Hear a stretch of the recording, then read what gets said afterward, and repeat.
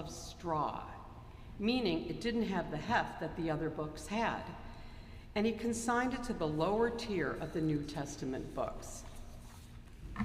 But actions and grace are part of a meaningful Christian life. We do believe that we are saved by grace. The great minister and writer Frederick Buechner wrote this: "The grace of God means something like, here is your life. You might never have been, but you are here because the party wouldn't have been complete without you. Here is the world. Beautiful and terrible things will happen. Don't be afraid. I am with you." There's only one catch, he wrote. Like any other gift, the gift of grace can be yours only if you reach out and catch it. But also, what we do in this world matters. Works are the labors of our love. Those works can be our very careers, our volunteer work, the care we give our children or our parents. It is the help you give a neighbor or the person standing next to you in line. It is the action verb of generosity and love that defines our lives. James devoted a lot of thought and time to this idea. Be doers of the word, James wrote. Your actions are important, he reminded us. So how do we go about aligning our faith and our works? How do you combine the two as a follower of Christ? Work gives you the agency to change things and to make a difference. The church is a microcosm for living in community. Right in front of our eyes are projects and groups who desperately need our attention and help. At Christ Church, we are blessed to have ministries as far away as Tanzania and Cuba, and as close as in Spirica and Neighbor to Neighbor, who will welcome your gifts with open arms. There's an upcoming packathon, ushers and readers who are needed, clothing drives, and I'll put in a shameless plug for Sunday school teachers. This fall, you're invited to be a part of fellowship, learning, outreach, and spiritual growth. All of these programs depend primarily on lay people. In the Book of Common Prayer, at the very end, there's a part called an outline of faith. And the question asks this: who are the ministers of the church? The answer is, the ministers of the church are, in this order, the lay persons, bishops, priests, and deacons. So where is God calling you to act?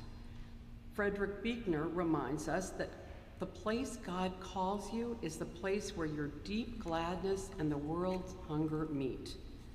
So this fall, follow where God asks you to go. James writes this: "You must understand this, my beloved brothers and sisters. Let everyone be quick to listen, slow to speak, and slow to anger."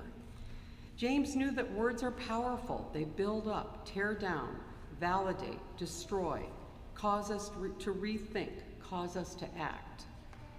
The writer Maya Angelou said this: "Someday we'll be able to measure the power of words.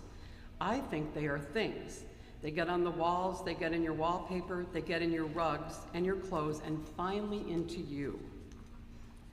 The funny thing is when we say something hurtful, it doesn't just hurt the other. Those words stay with us long after they've been spoken, and often make us wish that we could take them back. Here's an example. Recently, my brother-in-law, Robbie, was on a plane and struck up a conversation with the woman next to him. Her name was Lisa.